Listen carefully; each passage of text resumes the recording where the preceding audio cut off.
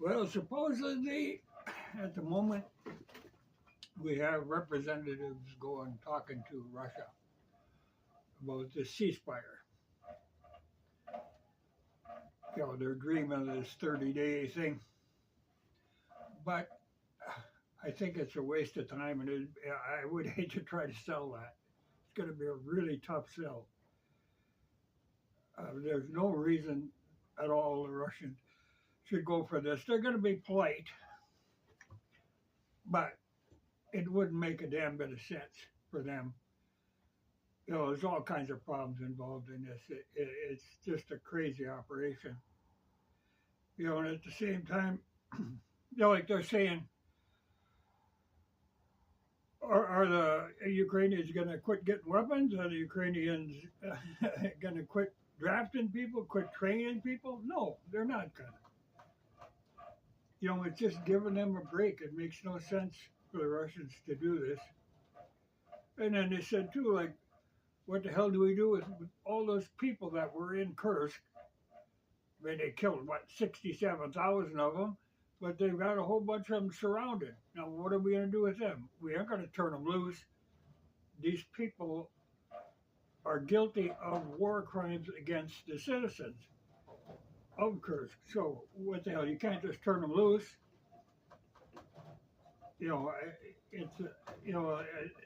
If Ukraine was to tell them, okay, they're going to all surrender, well, maybe they could work something out, but I don't see how this could possibly work.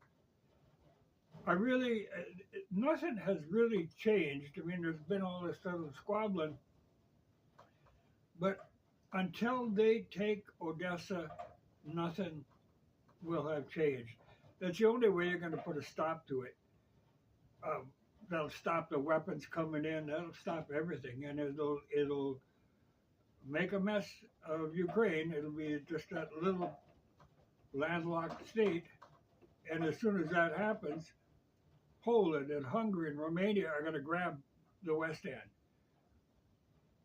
They're just itching to go in there now and take that part back because they feel that belongs to them. So then what do you got? Ukraine ain't nothing. Small agricultural state that maybe can sell to the EU, though most of their products, a lot of them the EU doesn't want. So it's going to be tough until they take Odessa, but it's been that way for years. Odessa is the end game. It has to be. There was a decision by the European Human Rights Court that Ukraine is responsible for the deaths. In 2014, they had lit that Union Hall on fire in Odessa. It burned 40-some people to death. Well, so the European court says, yeah, Ukraine was responsible for that. Well, yeah. They wouldn't bring the fire department. They made no attempt to save these people. And the funny part is, this ain't going to be over. This doesn't settle that whole crime. Russia has been collecting evidence. Well, for the first place, these Ukrainians, what they always tend to do is when they're doing these crimes against humanity, they always film themselves and they put it on the internet. So they've got records of everybody who was involved in this nonsense, and they aren't going to rest until these people are tried. They got a whole list of the people that were involved in that burning their trade union. So they aren't going to just let that go, But this constantly happens. I mean, a lot of the people that they capture, they look on their cell phones. Yep, there's videos of them doing stuff. So, yeah, they're in a world of hurt. And now these people that they've got surrounded in Kursk, a lot of those are mercenaries. And they told them that they would be treated as terrorists because that's what they are.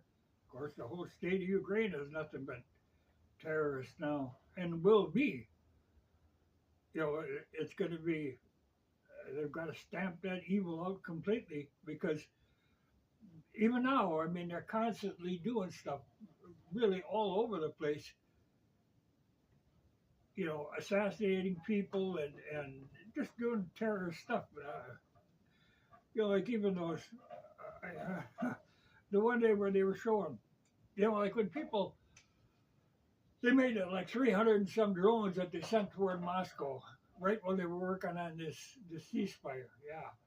Well, these drones aren't what people, people always think of drones as, these, quadcopters, these four propellers, little things that fly. These are amazingly similar. The design is very reminiscent of the original V1 that Hitler was sending into Britain during World War II. The buzz bombs, they look very much like that. These have got some rudimentary guidance to them, but basically they're just a terror weapon that you use against civilian populations, and that's what these were. But it's funny when they showed a picture of them, boy, they look a lot like those original V1s, which were considered to be the first cruise missile. But that's really what they look like, is a V1. And they're using them exactly the same way. It's an act of desperation just to terrorize the public.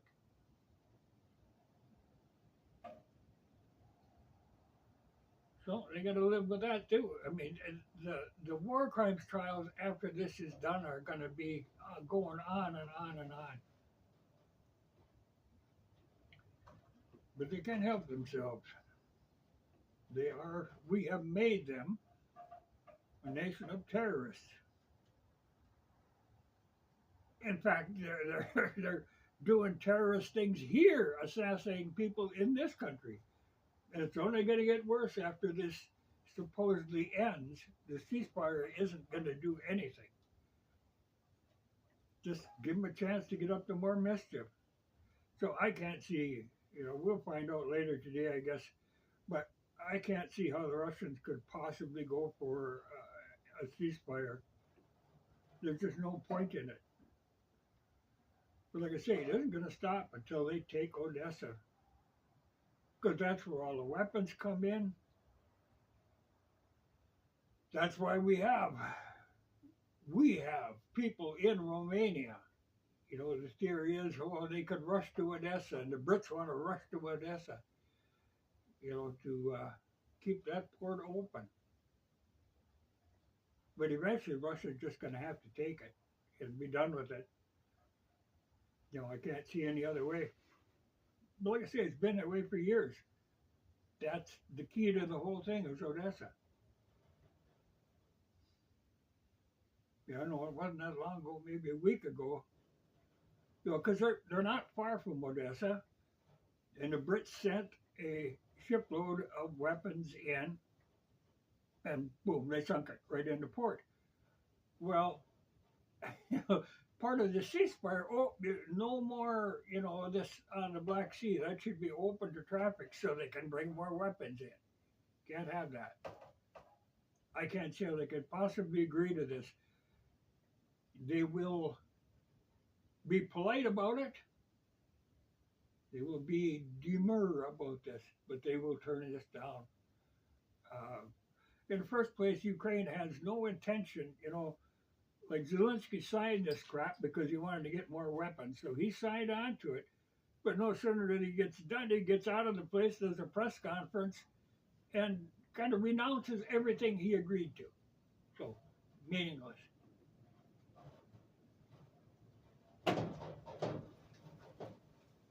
We'll see. I think we'll find out later today, but that isn't going anywhere. It's not done until they take Odessa. That will put the kibosh to the whole thing. But then, like I say, the war crimes trials are going to go on and on. Because they have been very carefully documenting all of these instances. Yeah, it's going to be a lot to answer for. But they do this stuff. They film themselves doing it. They put it on the internet. Think this is really cool. Thinking this is never going to come back to them. But it's going to come back, and it's coming back hard. It's going to make Nuremberg look like child's play. Oh, well. We'll see today what they say, but I can't see how the Russians could possibly fall for this. I mean, plus, I mean, this is like they're referring to it as Mink 3, because this has happened over and over again. They get nowhere with this. There's no way in the world the Ukrainians are going to abide by anything that was decided. You know, there's no way to control this. So, I don't see how there could possibly be a ceasefire. You know, it sounds good. You think, oh yeah, people would quit dying. No, they won't. But Trump feels good. Well, yeah, maybe get a ceasefire. I don't know how they're going to try to sell that to us because nobody here is going to believe it. Oh well. Going to get up to 60 degrees today, so I'm going to take a ride on the bike, but it looks like it's windier than I'll get out, but it's a pretty much south wind, so I can go.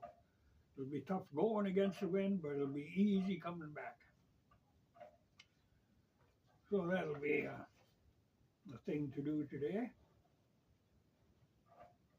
And I got to work. I've got a pair of old side covers, but one is damaged. And they're fiberglass. I hate working with fiberglass, but I think I got some matting and resin around. I can patch that. One little tab. Clean them up. Don't care to work with fiberglass though. But they're good, solid, heavy duty. Kind of a Ducati style. But made for an SR. And I managed to break all the side covers for my street bike. Actually, you don't really need them, but I got that set. I can clean them up, put them on. I will keep watching. But just, you know, I think right now Putin's having a little discussion with Lukashenko in Belarus, because at one time they said, okay, if there's going to be a ceasefire, Lukashenko said, okay, we'll bring Belarusian troops in there to be between the two parties. Well, then it's going to be Ukrainians fighting Belarusians. You know, that's no good because they're right on the border of them too. So they'll be hell to pay there.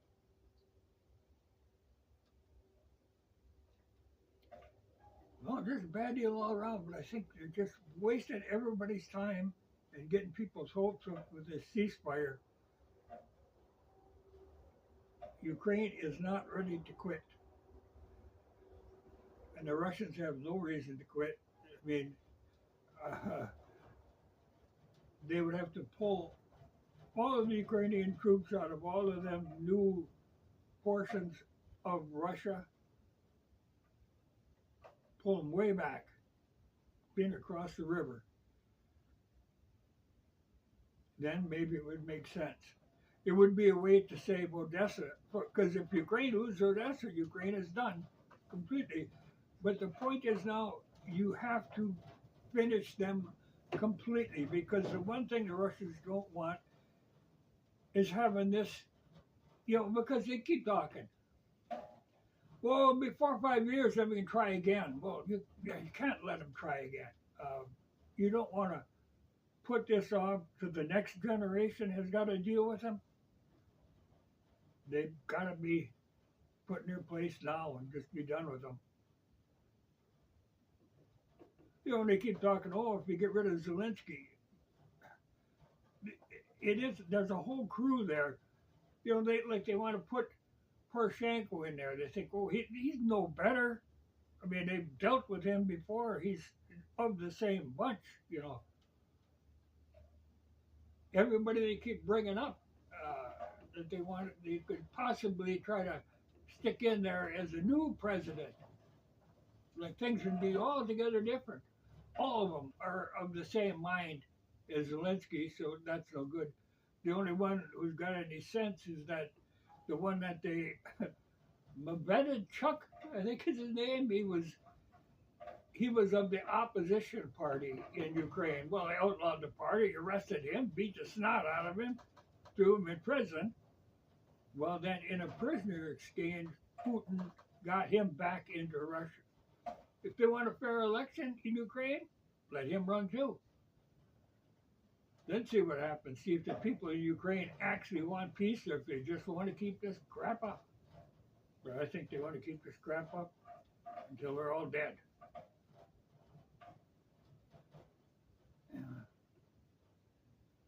It's a disgusting bunch. But I'm sure the Ukrainian people are fine. It's just that they're being led by this whole group that we put into power. So it's ridiculous when Trump is over there, trying to make this peace deal when we're the ones who caused the war. We're not an innocent third party in this by any means. If it wouldn't have been for our interfering, we wouldn't have that problem. And Victoria Nuland's still running around free. She should be locked up or just turn her over to the Russians. They can deal with her. She can work in some salt mine for a while. Evil person, like when Zelensky was over here the last time, he had a meeting and talked to all these Democrats, including Victoria Nuland, before he met with Trump. And they were telling him, no, don't agree with anything, So he goes in there with that attitude.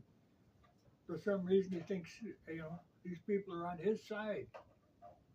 They're on their own side. They're on nobody's but their own. He's an evil monster. Boy, they got to deal with her, too. Oh, well, out for a ride.